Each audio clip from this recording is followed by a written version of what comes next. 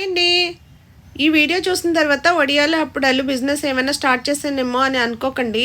మొన్నటి వరకు సమ్మర్ హాలిడేస్లో మా ఆడపడుచు వాళ్ళ ఇంట్లో ఉన్న వీడియోస్ అయితే అప్లోడ్ చేశాను కదా. ఇది కూడా సమ్మర్ హాలిడేస్లో వీడియోనే, కాదంటే మా ఇంటికి వచ్చామండి, మా అత్తగారు వాళ్ళ ఇంటికి. ఈరోజు వీడియోలో మీకు నేను హైదరాబాద్ తీసి తెచ్చుకోవడానికి నేనైతే మామిడికాయ పచ్చడి పెట్టుకున్నానండి. అది మా ఊరు సైడ్ ఎలా ప్రిపేర్ చేస్తారో నేను వీడియోలో చూపిస్తున్నాను. ఇదంతా చేసింది మా ఆడపడుచనండి. నాకు కూడా వచ్చు, కానీ ఆవిడైతే అన్నీ పర్ఫెక్ట్గా చేస్తారనమాట. ఇది మామిడికాయ తొక్కు పచ్చడండి.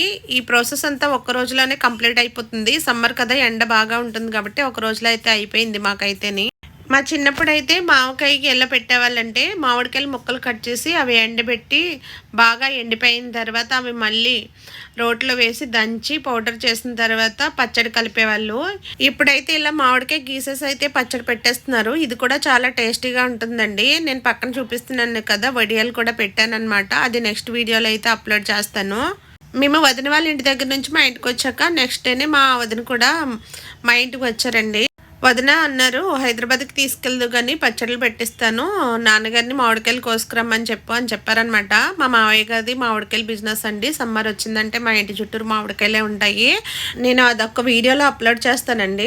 మా మావయ్య గారికి చెప్తే ఇంకా మా మావయ్య ఇంకా మా ఆడపడుచు వాళ్ళ అబ్బాయి అంటే మా మేనల్లుడు మామిడికాయలు అయితే తెచ్చారనమాట. నేను మామిడికాయ పచ్చడి పెట్టింది కలెక్టర్ కాయలు, మా సైడు కలెక్టర్ కాయలు అంటారు.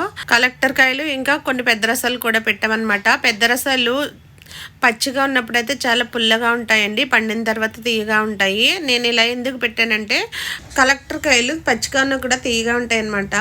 ఎప్పుడైనా టిఫిన్లోకి చట్నీ లేనప్పుడు పిల్లలకి ఇది వేసి పెట్టేస్తే కనుక తీయగా ఉంటుంది కదా, జామ్లాగా తినేస్తారని చెప్పేసి ఇలా అయితే పెట్టాను. పచ్చట్లో ఆవపిండి ఏమీ వేయలేదండి. కొన్ని పచ్చడిలో అయితే ఆవపిండి కూడా వేసుకుంటారు. ఇక్కడ అయితే మెంతిపిండి వేసారు. మెంతిపిండి ఏంటంటే బాడీకి చలవ చేస్తుంది కాబట్టి ఇదే వేసారు. ఆవపిండి అయితే వేయలేదనమాట. పచ్చడి అయితే చాలా టేస్టీగా వచ్చిందండి. ఇక్కడ మొత్తం ప్రాసెస్ అంతా మా ఆడపడుచు చేశారనమాట. ఇక్కడ చేస్తున్నారు కదా, ఆవిడ మా ఆడపడుచు అనమాట. నేను ఫేసెస్ అయితే ఏమీ వీడియో తీయలేదండి, వాళ్ళకి ఇష్టం ఉండదన్నమాట యూట్యూబ్లో కనిపించడము. ఇంకా ఓన్లీ మేము ఏం చేసామంటే, నేను మా అత్తగారు మా ఆడపడుచు మామిడికాయలు చెక్కి కూర అయితే తీసాము. మొత్తం మామిడికాయలన్నీ కూర తీసిన తర్వాత డాబా మైకి తీసుకెళ్ళి ఎండబెట్టేసి తీసుకొస్తే మా ఆడపడుచు అయితే మొత్తం అంతా కలిపేశారండి. ఇక్కడ కారం ఓన్లీ బయట నుంచి తీసుకొచ్చామండి. కారం వచ్చేసి 3 మ్యాంగోస్ మిర్చి పౌడర్ అనమాట, ఆవకాయ కారము. మిగిలినవన్నీ ఇంట్లోనే ప్రిపేర్ చేసుకున్నామండి. మెంతులు అయితే వేయించేసి పొడి చేశారనమాట. ఇంకా ఆయిల్ అయితే బాగా కాచుకున్న తర్వాత కరివేపాకు, ఇంకా ఎండుమిర్చి, కొన్ని మెంతులు, ఆవాలు వేసేసుకుని ఫ్రై చేశారనమాట వదిన.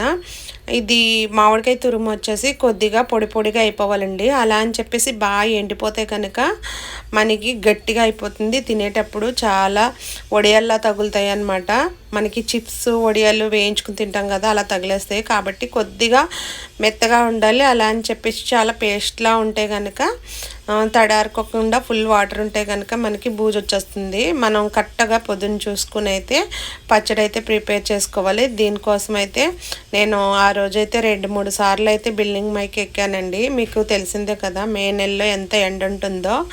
ఇంకా నా పని అయితే అయిపోయింది ఆ రోజు. మొత్తం మీద అయితే మా ఆడపడుచు ఇలాగ పచ్చడి అయితే కలిపేశారు. మిగిలిన కొన్ని మామిడికాయలు మిగిలిపోతే కనుక అత్తయ్య ఇలా ముక్కలు కట్ చేసేయమన్నారనమాట. కట్ చేసేసాను. అత్తయ్య అయితే ఉప్పు వేసేసి ఆ రోజే ఊరబెట్టేశారు. నెక్స్ట్ డే మార్నింగ్ అయితే ఆ ముక్కలు అయితే ఇలాగ ఎండలో ఆరబెట్టానండి. ఇవి మామిడికాయ ఒరుగులు చేయడానికి. వీడియో నచ్చితే లైక్ ఇచ్చి సబ్స్క్రైబ్ చేసేయండి. బాయ్ అండి.